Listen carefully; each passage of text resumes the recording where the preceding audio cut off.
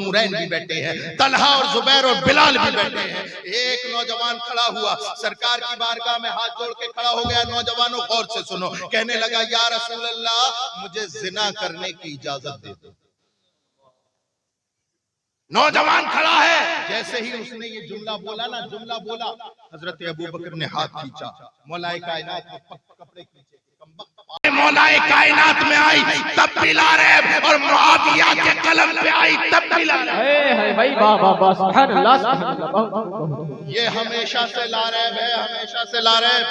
مجھے آج بڑی خوشی ہو رہی ہے، یہ مجمع دیکھ کر کے رات کے 1 بجے بھی ایسے بیٹھے ہیں کہ جیسے بھی پروگرام شروع ہوا ہے، اور سب سے زیادہ خوشی ان لوگوں کو دیکھ کے ہو رہی ہے جو نوجوان ہیں۔ نوجوانوں کو دیکھ کر یقین، میں بھی نوجوان ہوں بھائی، میں کوئی بوڑھا تھوڑی ہوں، ہے نا؟ مجھے اس لیے خوشی ہوتی ہے کہ دیکھو جب یہ جلسے میں آتے ہیں نا تو جلسے کا رنگ چڑھ جاتا ہے، اس لیے کہ ہمارے جلسوں کا ماحول یہ ہے، دینی محفلوں کا ماحول ہم نے یہ بنایا کہ ابا تم جلسے میں جاؤ تو آگے بیٹھو، چچا جلسے میں آگے بیٹھو، بیٹا تو بولے ٹائم ملا تو آ جاؤں گا، ٹائم ملا تو آ جاؤں گا۔ لیکن الحمدللہ یہاں پر دیکھ کر مجھے اچھا لگ رہا ہے کہ یہاں پر بچے بھی بیٹھے ہیں، نوجوان بھی بیٹھے ہیں، بزرگ بھی بیٹھے ہیں، بزرگ کم ہے نوجوان زیادہ۔ نوجوانوں آپ کی ضرورت ہے اس معاشرے میں۔ یہ بزرگ سفید داڑھی والے یہ تو اپنی زندگی کا اکثر حصہ گزار چکے، اب سماج اور معاشرہ تمہیں تشکیل دینا ہے، تمہیں دیکھ کر کے بتایا جائے گا یہ آنے والی نسل کہاں پہنچے۔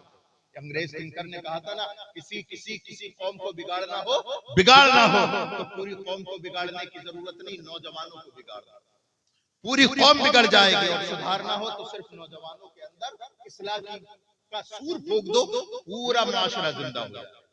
یہ نوجوان جو آج موبائل لے کر، اللہ اکبر کبیرہ، آج موبائل لے کر کے جو گلی کوچوں میں گھومتے ہیں، میں ان سے نوجوانوں سے عرض کروں گا، میں ایک سید ہونے کے ناطے، رسول اللہ کا خون ہونے کے ناطے میں آپ سے ایک جملہ بول رہا ہوں، نوجوانوں تم میری قوم کا مستقبل ہو۔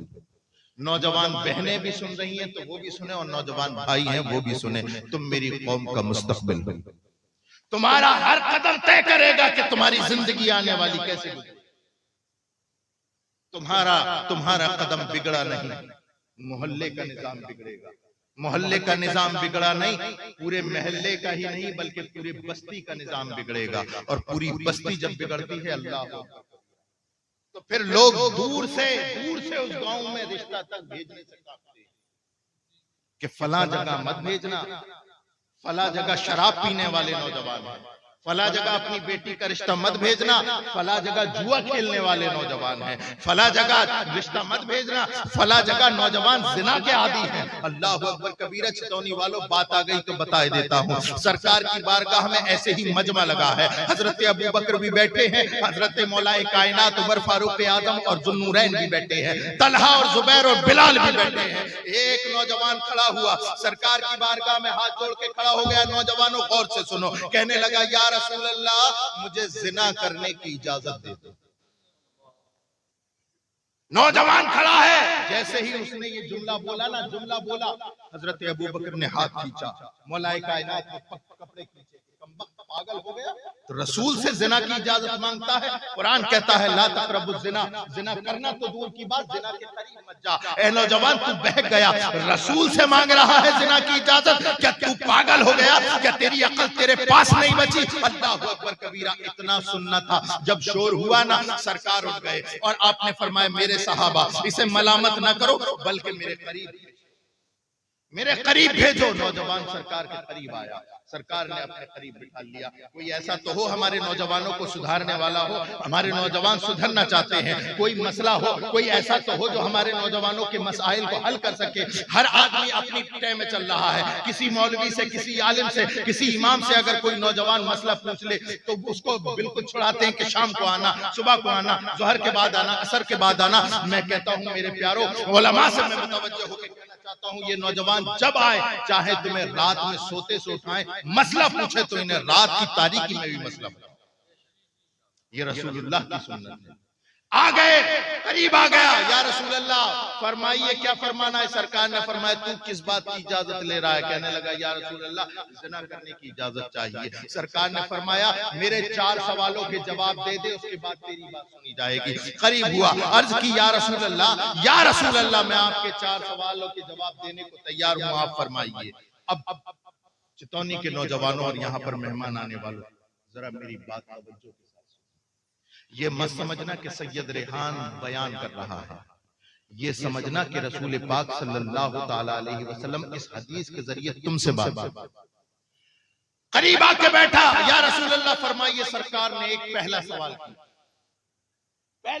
کیا، نوجوانوں پہلا سوال کیا، یہ بتا نوجوان زنا کی اجازت مانگنے والے، کیا تجھ سے تیری بیوی زنا کی اجازت مانگے، کیا تو اپنی بیوی کو زنا کی اجازت دے گا؟ کب آ گیا یا رسول اللہ سماج میں منہ دکھانے کے لائق نہیں بچوں گا، میں اپنی بیوی کو زنا کی اجازت نہیں دے سکتا۔ سرکار نے پھر دوسرا سوال کیا کہ چل چھوڑ، اب سن، کیا تجھ سے تیری ماں زنا کی اجازت مانگے، کیا تو اپنی ماں کو زنا کی اجازت دے گا؟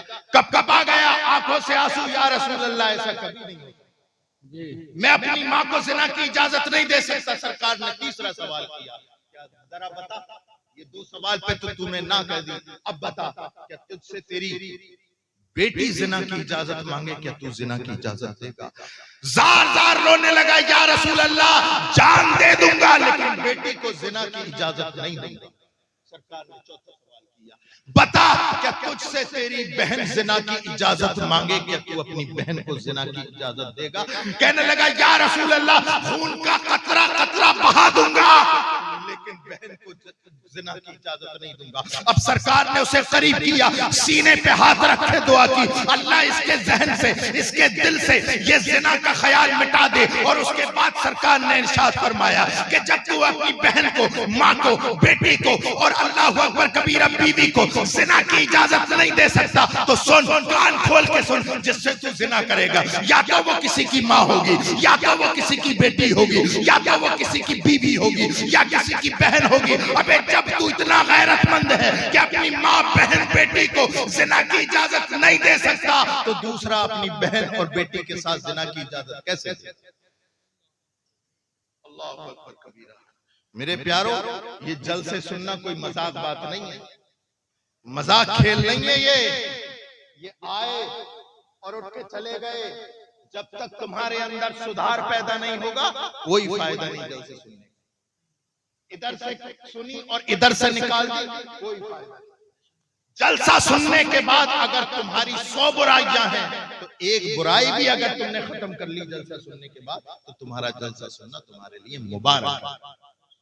بات تو یہی ہے نا کہ فلانے صاحب آئے چیخ چاک کے چلے گئے، فلانے صاحب آئے چیخ چاک کے چلے گئے۔ اب صبح کو پوچھ رہے ہیں کہ تقریر تو بہت بڑھیا کی، اور جو نہیں آیا اس نے پوچھا کیا کی، بولے یہ نہیں پتا۔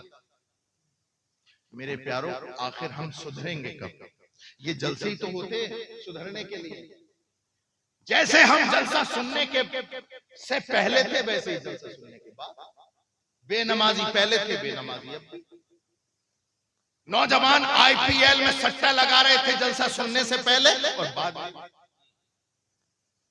نوجوان شرابیں پی رہے تھے پہلے بھی اور بعد میں۔ تو پھر کیا فائدہ یہاں پر نعرے لگانے کا؟ رسول اللہ کو یہ 2 منہ پسند نہیں ہے، 2 منہ۔ 2 منہ جانتے ہیں؟ 2 منہ جانتے ہیں؟ 2 منہ کس کو کہتے ہیں؟ جو زبان سے کچھ کہے اور اعمال سے کچھ کہے۔ زبان سے کچھ کہے اور عمل میں کچھ ہو۔ آدھا تیتر آدھا بٹیر، آدھا تیتر آدھا بٹیر۔ چھت پر جھنڈا ہے رسول اللہ کی نالے نے پاک کا، اور اندر گھر میں چل رہی ہیں فلمی اداکاروں کی فلمیں۔ یہ دوہرا رویہ نہیں ہے کیا؟ صبح کو نیاز دلا دی غریب نواز کی، غوث پاک کی، اور شام کو وہی وتیرہ، شام کو وہی گانے سن رہا ہے، وہی فلمیں دیکھ رہا ہے، وہی ناچ گانے کر رہا ہے۔ تو کیا فائدہ ہے میرے پیارو؟ بات تو تب ہے کہ جب جلسہ سننے آؤ تو بے نمازی ہو، لیکن جب اٹھ کے جاؤ تو یہ توبہ کرو، اللہ جتنی نمازیں چھوڑ دی ہیں پوری کروں گا اور آئندہ کبھی جو ہے نماز چھوڑوں گا۔ شراب پی ہے توبہ کرتا ہوں، اٹھوں گا تو اللہ اکبر کبیرہ اس شراب سے توبہ کرتا ہوں۔ یہ اپنے اندر مزاج ہے۔ یہ مزاج بناؤ. یہی قرآن بولتا ہے, یہی رسول اللہ. یہ ان کے ماں باپ یہاں پر موجود ہوں گے. آپ کو احساس نہیں, لیکن میں بتاتا ہوں, یہ علماء بتائیں گے.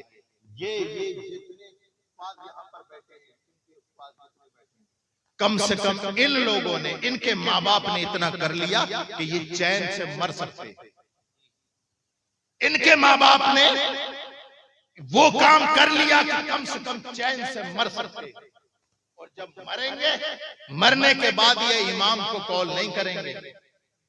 ان کے گھر والے امام کو کال نہیں کریں گے کہ امام صاحب ہمارے ابا ختم ہو گئے تو قبر پہ قرآن پڑھو. امام صاحب ہماری امی ختم ہو گئی, قبر پہ قرآن پڑھ دو. قسم خدا کی, موت کا نام تو کوئی گالی نہیں ہے نا, کسی کو بھی آ سکتی ہے. لیکن جب ان کے والدین اس دنیا سے جائیں گے تو ہنستے ہوئے جائیں گے کہ مولا اب میرے بیٹے کو کسی امام کے بلانے کی ضرورت نہیں, میں حافظ قرآن چھوڑ کے جا رہا ہوں. اور جب یہ میں قبر کے اندر جاؤں گا تو سرانے کھڑے ہو کر کے یہی تو قرآن پڑھیں گے. اور ایک امام تو وہی ہے, ایک امام صاحب ہے, اور ایک خود کا بیٹا ہے. ایمانداری سے بتاؤ, تمہارا بیٹا دل کے ساتھ پڑھے گا یا امام دل کے ساتھ پڑھے گا؟ بیٹا پڑھے گا. امام کی تو 40 پہلے سے وہ تو کہے گا جلدی سے نپٹائیں, آدھا پارا ادھر پڑھا, آدھا پارا حاجی جی کی قبر پہ, آدھا پارا لمبردار کی قبر پہ, اور آدھا پارا پردھان جی کی قبر پہ, اور ختم بات. اور وہ بھی پڑھا نہیں پڑھا ہے نا. لیکن اللہ اکبر کبیرہ, جب تم اس دنیا سے جاؤ گے اور تمہارا بیٹا حافظ قرآن ہوگا, اللہ اکبر کبیرہ, اللہ رب العزت اس کے ہر لفظ کے بدلے جو اس میں تاثیر ہوگی, جو اس میں درد ہوگا, جو بچہ پڑھے گا اس میں جو درد ہوگا, اللہ اکبر, اس پر جو رحمت نازل فرمائے گا, اس کا اندازہ. ذالک الکتاب لا ریب فیہ, یہ وہ کتاب ہے جس میں شک نہیں, بے عیب کتاب ہے, لا ریب کتاب ہے. اب یہ دنیا میں آئی کتاب کس لیے؟ قرآن کہتا ہے ھدی للناس وبینات من الھدی والفرقان. 3 کاموں کے لیے آئی, انسانوں کی ہدایت کے لیے. کس کے لیے؟ انسانوں کی ہدایت کے لیے. وبینات من الھدی, اور جس ہدایت کی بات کرتی ہے اس پر دلیلیں بھی. والفرقان, اور سچ اور جھوٹ میں فرق کرنے کے لیے, کالے اور سفید کو ظاہر کرنے کے لیے. اللہ اکبر کبیرہ, یہ ایسی کتاب ہے جو سچ کو الگ کرتی ہے, جھوٹ کو الگ کرتی ہے, رات کو الگ کرتی ہے, دن کو الگ کرتی ہے, ارے منافق کو الگ کرتی ہے, مومن کو الگ کرتی ہے. اس دنیا میں یہ کتاب آئی انسانوں کی ہدایت کے لیے. یہ علماء بیٹھے ہیں, یہ پڑھاتے ہیں, قاری اطہار صاحب پڑھاتے ہیں, یہ بتائیں گے کہ امتحان دینے والا طے نہیں کرے گا کہ امتحان کب لینا, ممتحن امتحان لینے والا طے کرے گا کہ امتحان کب لینا, کس طرح لینا ہے, کیا ٹائمنگ ہوگی, کیا جگہ ہوگی, کیا دورانیہ ہوگا, کیا ابتدا ہوگی, کیا انتہا ہوگی, ہے نا. اب ہم بھی اس دنیا میں آئے ہیں امتحان دینے کے لیے. اور صحیح بات بتاؤں, ہم پورا دنیا کا چکر لگاؤ, صرف ہم 2 ہی امتحان دے رہے ہیں. کتنے؟ ایک صبر کا امتحان اور ایک شکر کا امتحان.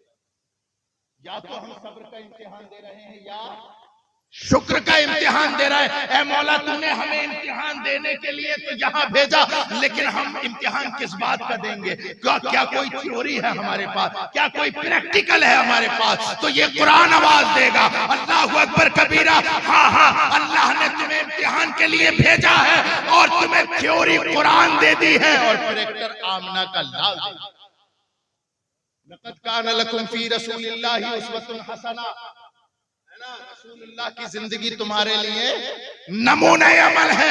ارے میں تو یہ کہوں گا کہ ایک قرآن وہ ہے جو چتونی والوں تمہارے گھر میں ہے, ایک قرآن وہ ہے جو تمہارے گھر میں ہے, اور ایک قرآن وہ ہے جو آمنہ کے گھر میں ہے.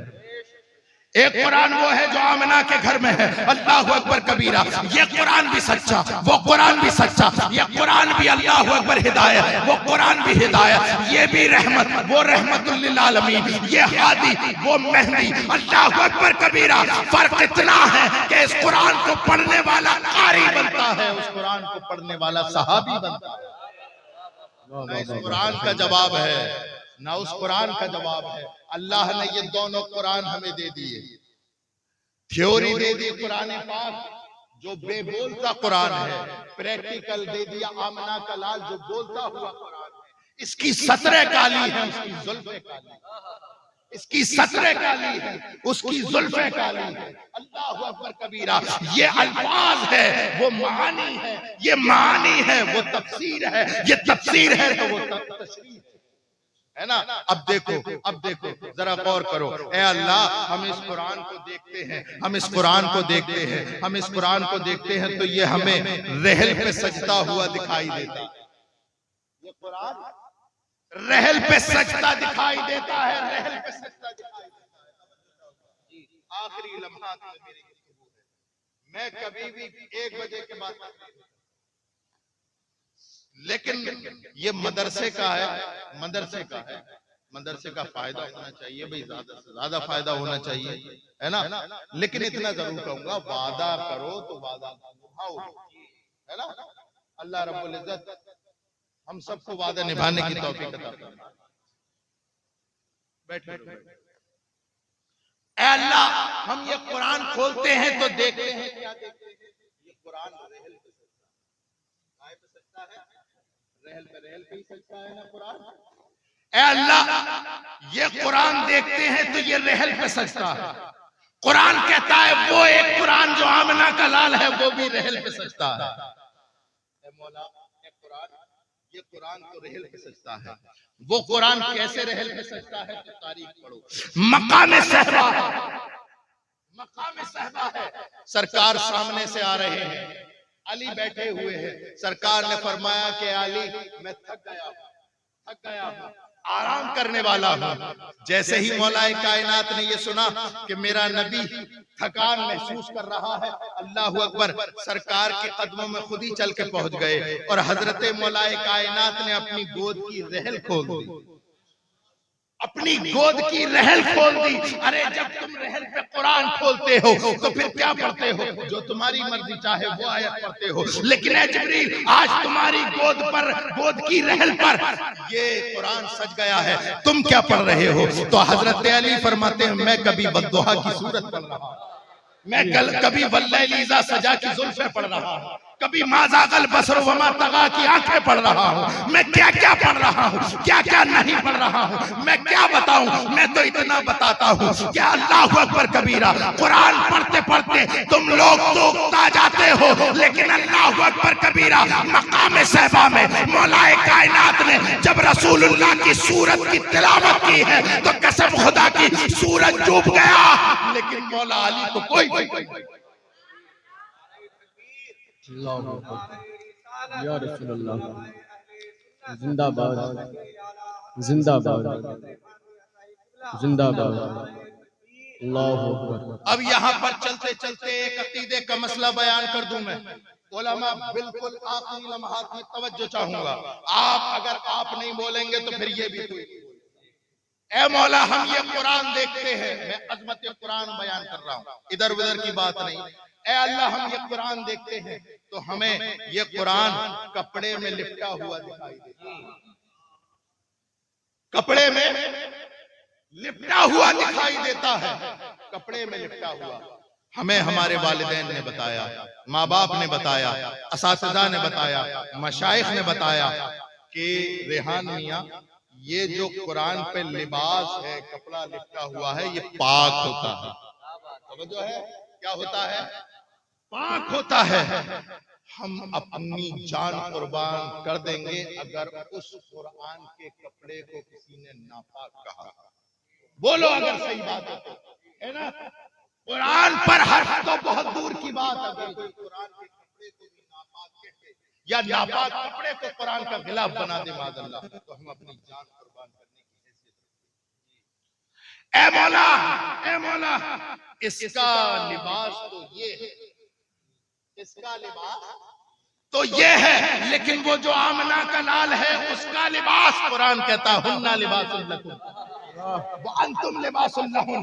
ازواج مطہرات نبی کی بیویاں، نبی کا لباس، یہ اس قرآن کا لباس یہ ہے، رسول اللہ کا اس قرآن کا لباس ازواج مطہرات ہیں۔ اب میں عقیدے کا جملہ بیان کرتا ہوں، اس قرآن کے لباس کو جو ناپاک کہہ دے یا ناپاک لباس کو قرآن کا غلاف بنا دے، ہم جان دے دیں گے۔ تو ہم اس وقت بھی جان دیں گے جب اللہ اکبر کبیرہ نبی کے لباس ام المومنین عائشہ صدیقہ کے پہ تہمت لگائے گا اور ان کو ناپاک کہے گا۔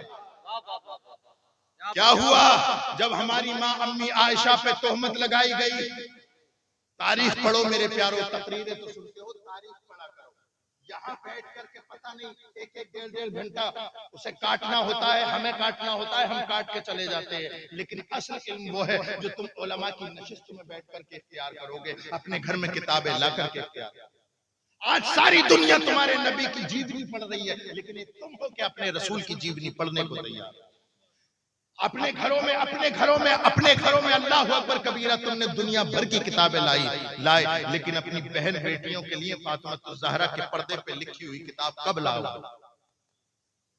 اپنی بہن بیٹیوں کو سکھاؤ کہ حضرت فاطمہ الزہرا کا پردہ کیا۔ دیکھتے نہیں ارتداد کا ماحول ہے، ہماری گھر کی بچیاں پردے میں رہنے کے باوجود غیر مسلموں کے ساتھ بھاگ رہی ہیں۔ میں آسمانی بات کر رہا ہوں، کیا میں جھوٹ بول رہا ہوں؟ صحیح بول رہا ہوں نا، صحیح بول رہا ہوں۔ کہیں نہ کہیں کمی تو رہ گئی نا، کہیں کمی رہ گئی میرے پیاروں، کمی رہ گئی۔ ہم کسی اور کو دوش نہیں دیتے، ہم چراغ تلے اندھیرا کیا۔ اللہ اکبر کبیرہ، یہ ماں باپ کی تربیت نہ دینے کا نتیجہ ہے۔ جب تربیت دینے کا وقت ہوتا ہے تم ننسال بھیج دیتے ہو اولاد، جب تربیت کرنے کا وقت ہوتا ہے تو اپنی اولاد کو چھوڑ کر کے، باپ اپنی اولاد کو چھوڑ کر کے کئی مہینے میں واپس آ رہا، ماں میں کیسے کئی مہینے سے واپس آ رہی، اولاد کی تربیت کب ہوگی؟ اولاد کی تربیت نہیں کرو گے تو میرے پیاروں سوانے پڑھو، جیونی پڑھو اپنے رسول کی۔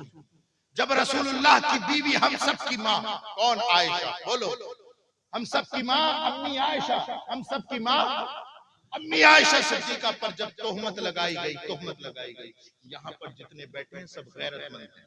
قسم خدا کی کسی بہن کے اوپر، کسی کی بہن کے اوپر اگر محلے میں کوئی بات چھڑ جاتی ہے، بھائی آپے سے باہر ہو جاتا ہے۔ کسی بیٹی کے اوپر کوئی بات ہو جاتی ہے، باپ آپے سے باہر ہو جاتا ہے، مار دے گا یا مر جائے گا۔ لیکن میں پوچھتا ہوں سنیو، تمہاری غیرت کہاں ڈوبتی ہے کہ جب تم ان لوگوں سے دوستیاں کرنے جاتے ہو، ان کے گھروں میں رشتے کرنے جاتے ہو جو تمہاری ماں عائشہ صدیقہ پر تہمت لگانے والی۔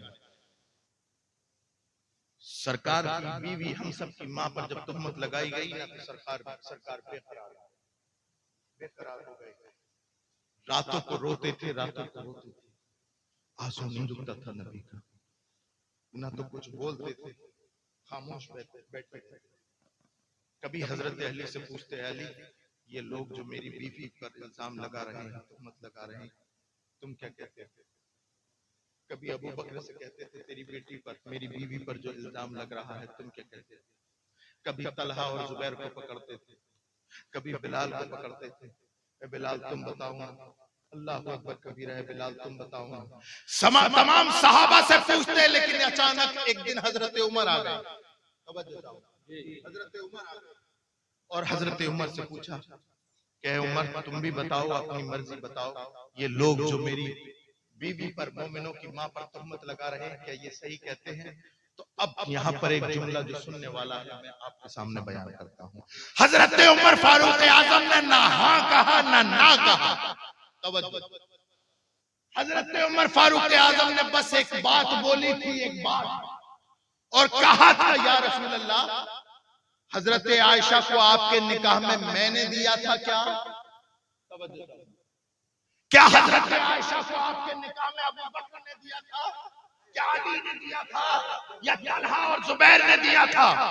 ہمارے یہاں پر جب میاں بیوی میں انبن ہو جاتی ہے نا، انبن ہو جاتی ہے تو کہتے ہیں بھیا بچولیا کو بلا کے لاؤ، پھر پنچات بیٹھتی ہے، ادھر لڑکی والے بیٹھتے ہیں، ادھر لڑکے والے، ایک آدمی کھڑا ہوتا ہے جو بیوی کی طرف سے گواہی دیتا ہے یا شوہر کی طرف سے۔ اب پنچات کے لوگ کہتے ہو گواہی بعد میں دینا، پہلے اپنا تعارف کرا کہ تو ہے کون، تیرے کردار کے مطابق تیری گواہی کو پرکھا جائے گا۔ ایسا تو نہیں کہ تو جھوٹا ہو، ایسا تو نہیں تو بدکار ہو، کہیں ایسا تو نہیں کہ تو بد کردار ہو، تیرے کردار کے مطابق تیری گواہی کو پرکھا جائے گا۔ اللہ اکبر کبیرہ۔ حضرت عمر فاروق اعظم نے کہا تھا یا رسول اللہ کیا حضرت عائشہ کو نکاح میں نے دیا، ابو بکر نے دیا، علی نے دیا، طلحہ زبیر نے دیا؟ کہا رسول اللہ نے نہیں عمر، عائشہ کو نکاح میں تو نے نہیں دیا، ابو بکر نے نہیں دیا، علی طلحہ زبیر کسی نے نہیں دیا، عائشہ سے شادی میں نے تب کی جب میرے خدا نے کہا۔ اللہ اکبر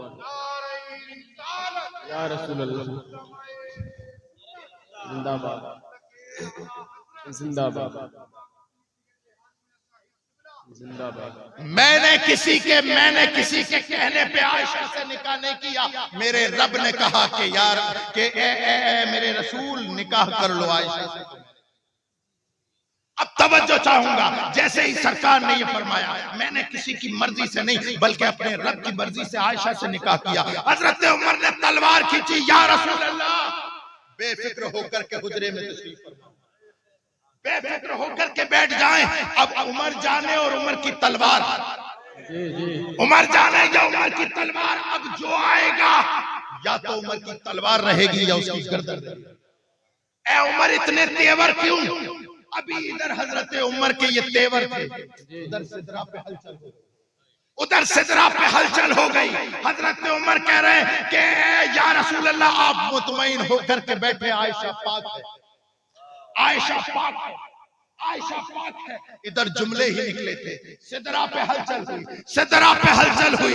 حضرت جبریل امی سے کہا وحی الہی لے کر کے جاؤ رسول اللہ کی بارگاہ میں۔